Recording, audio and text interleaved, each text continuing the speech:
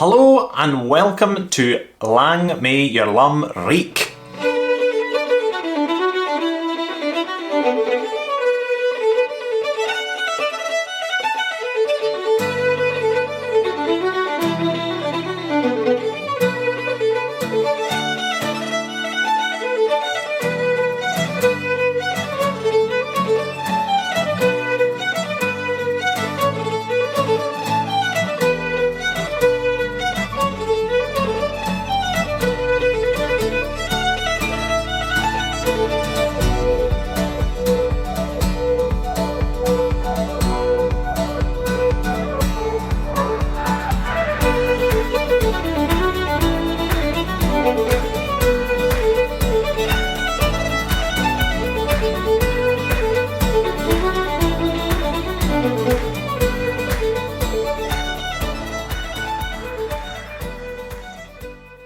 Hello and welcome to Lang May Your Lum Reek. I'm your faithful host, I'm Jack, I'm 29 from Dundee, Scotland. I'm a music teacher, golfer, Aberdeen fan, and currently travelling at the moment, and all the things that I'm realising while I'm travelling is that I'm a big fan of Scotland, my home country. Yeah, I've been in New Zealand, I've been in Australia for the last few months, and realising how much we've impacted those countries. And realising that I have a big connection to my national country. And yeah, I've grown over the few months, I've grown fascinated about how Scotland as a nation, Scotland as its individuals over the past few millennia, has produced and contributed to the modern world. As you'll know, we've got from Scotland, we're known for our bagpipes, haggis, tartan, obviously with tartan kilts, Iron Brew, our national drink, deep fried Mars bars, whiskey and drinking. And some of you may know this already, Scotland has made many inventions that has contributed to the modern world, such as the TV, telephone, the bicycle, who's done by Kirkpatrick Macmillan from Dumfries, the tyre, Dunlop tyres, well that was made by John Dunlop in Ayrshire, the fridge, before even electricity, by William Cullen in Glasgow. The telephone, as I mentioned earlier, Alexander Graham Bell. The kaleidoscope, the Macintosh raincoat. Dolly the sheep, which was the first mammal to be cloned. Television, John Logie Baird. Colour photography, which was the picture of a coloured tartan ribbon by James Clerk Maxwell. And Alexander Fleming with penicillin. So we've contributed to lots of different aspects of life. We're also known for, through the arts, Robert Burns, obviously, poems, Arthur Conan Doyle, who wrote the series Sherlock. King James, obviously, was a king of Scotland, but became the first king of the United Kingdom. He was Scottish. Andrew Carnegie, who emigrated to the America Steel Company, and created a steel company, and more latterly with his philanthropic adventures. Tom Morris, the grandfather of golf. Adam Smith, who was the father of capitalism, J.M. Barrie, who wrote Peter Pan, the Davidson family, which formed Harley-Davidson motorbikes, David Hume, the philosopher, John Knox, which was the founder of Church of Scotland, and even in music, J.S. Scott Skinner, the king of the Strathspey. Us as a small nation contributed a hell of a lot more than what shows that's been passed down through generations is this creative spirit and a strong sense of identity with our nation that it's founded upon. I want to find out more why we think that. I've come across the world and all I want to do is share the culture of Scotland. Not many countries do that. I want to find out more about our country. I want to how we managed to get this spirit, and also highlight that it's still flowing today in very different aspects of life, and hopefully we might get some current stories. Aim is to help people get to know about the ways and the life of Scotland in all its aspects.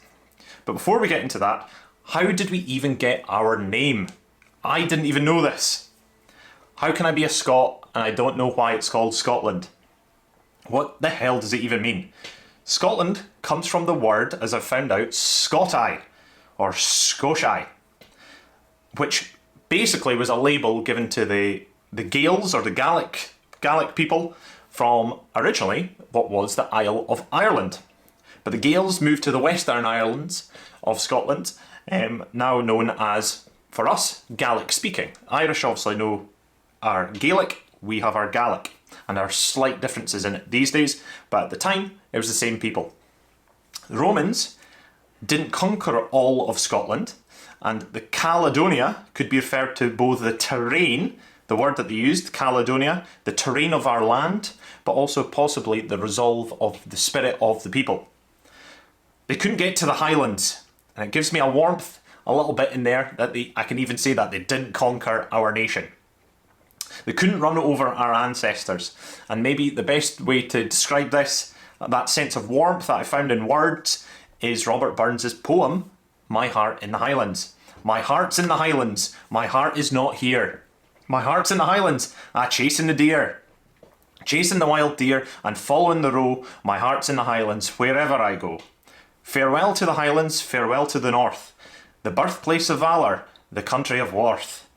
Wherever I wander, wherever I rove, the hills of the Highlands forever I love. Farewell to the mountains high covered with snow, farewell to the straths and green valleys below. Farewell to the forests and wild hanging woods, farewell to the torrents and loud pouring floods. My heart's in the Highlands, my heart is not here. My heart's in the Highlands, chasing the deer. Chasing the wild deer and following the roe, my heart is in the Highlands wherever I go.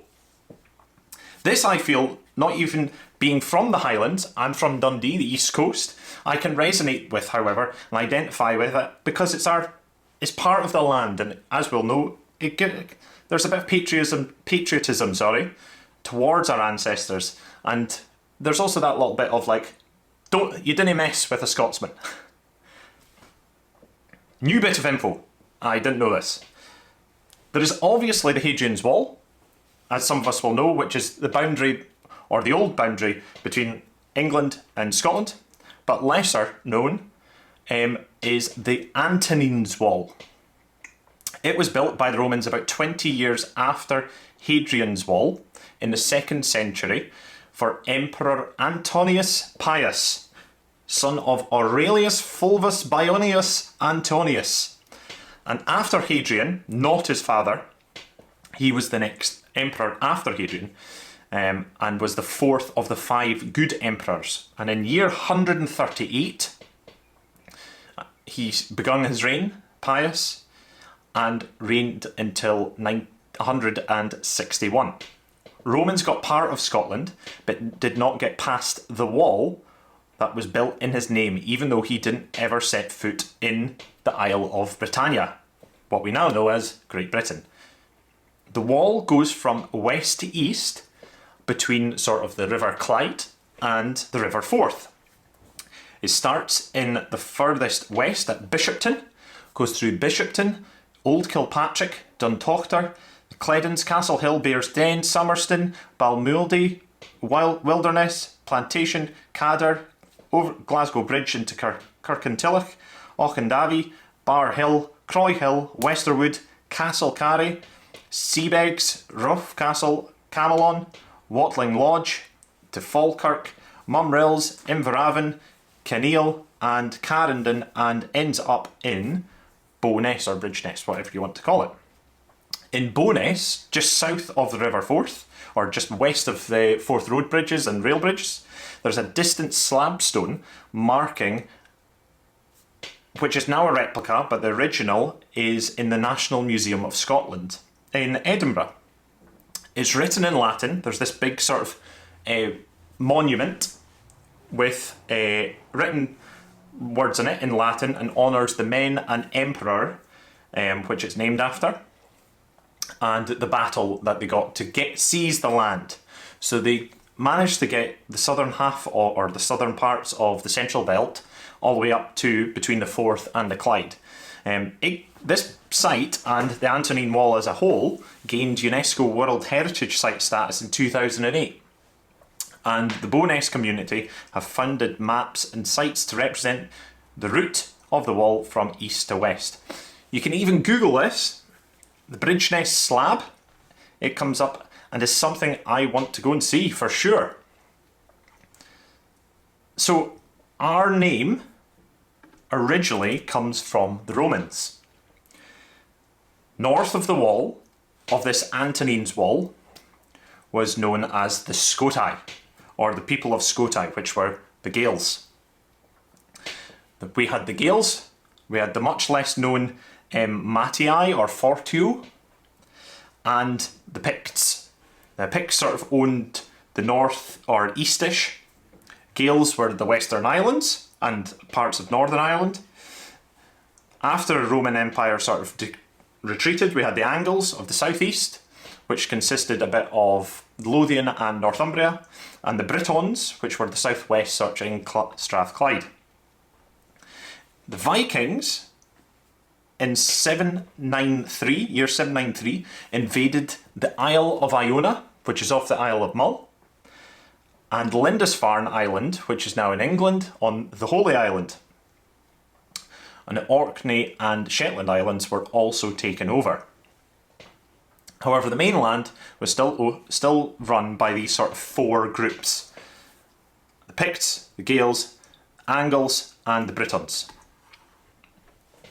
In 843 was the big year, as the Picts were then conquered by the Scots, and the Scots of the west coast, their region was known as Dalriata region.